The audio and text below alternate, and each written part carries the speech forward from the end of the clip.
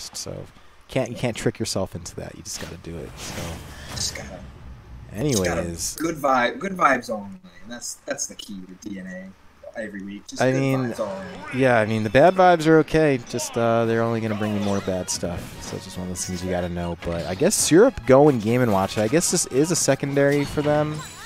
Alongside with Lucas, and I'm gonna assume probably a good one. I don't know what it is about Game & Watch that pairs well with Ness, but apparently it pairs well with Ness, because I feel like this is like the Great Gonzalez classic too, where it's like, you know, before Ness was a thing of the past for Gons, there was always a Game & Watch secondary.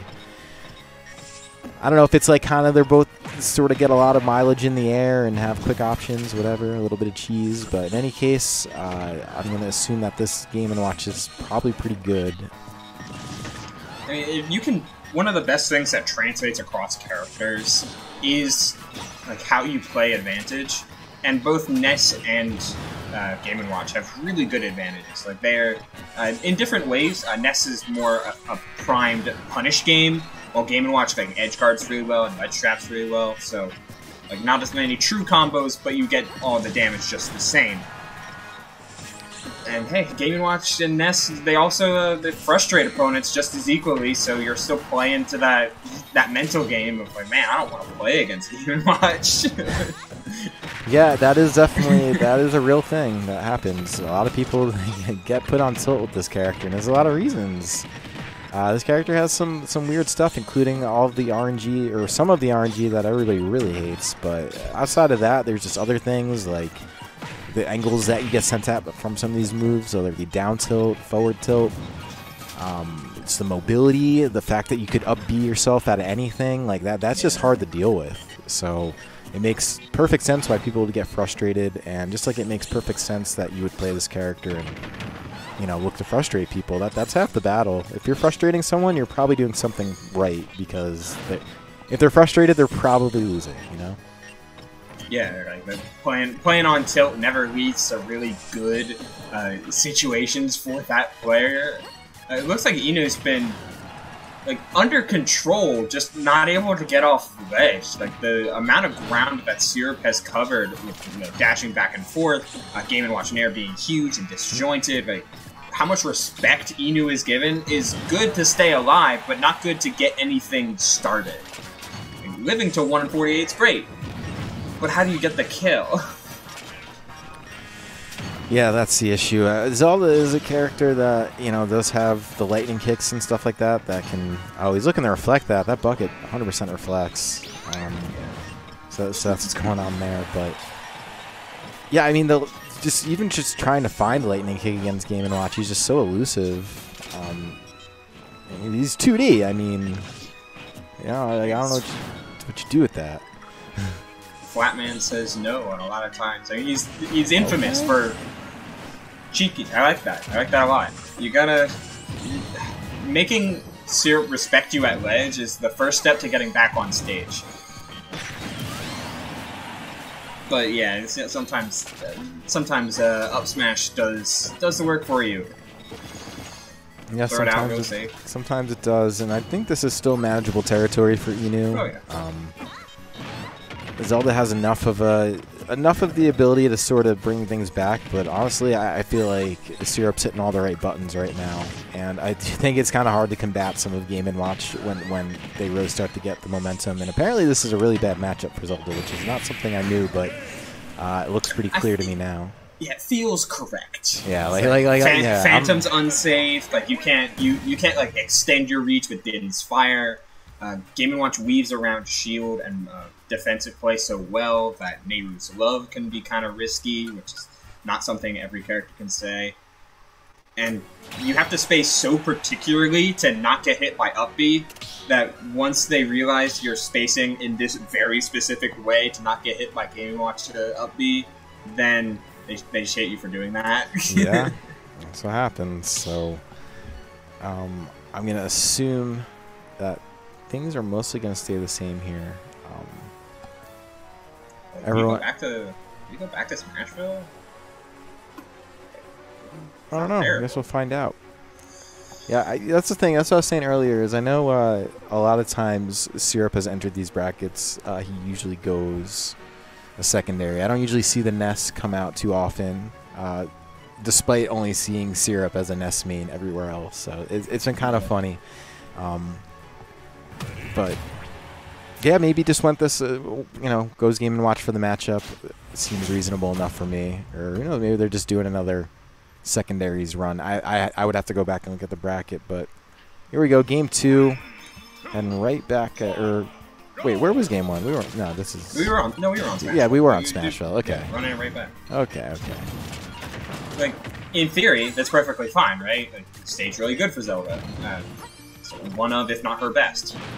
But Game & Watch might just do everything that Zelda does on this stage, but better. On top of counterpointing the Zelda's setups just perfectly with safe moves, and having a reflector is such a boon in so many ways. yeah, that is for sure. Especially like a bucket too. Like that's like, because the thing is when it comes out, you don't think of it as a reflector. You just think it's going to absorb. And not that not that you can't just learn that and then be able to figure it out, but it does come out very quickly. In any case, and there we go. Inu keeping things close already for game 2. I got him at the magic percent where Lightning Kick would still combo at a down throw, but also kill. And it's the main weakness of the character. Interactions may often go in his favor, but he's a Viking, and he needs to close out stocks just as much as you do, but you have an easier time doing so. It's tricky, of course. Like it's hard. It's hard to land hits on him. Like he's a neutral getup. It's very awkward to react to. In general, he's super safe. Oh, but yeah, shield looking kind of small. I'm sure it's fine now, but that's another thing. Game & Watch does have the ability to really pressure your shields. He got hit by that twice. Sometimes hard to avoid, especially when you're on an edge interaction. Like you'd think avoiding down smash should be simple enough, but I don't know.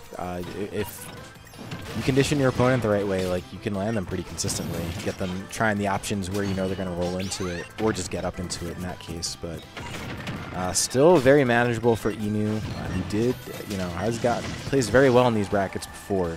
I believe getting, what was it, 3rd last week? So.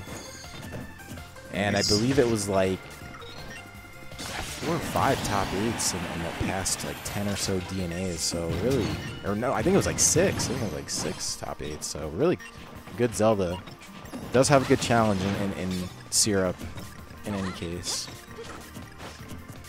There's plenty of wiggle room, but this game is a whole lot closer than oftentimes it feels.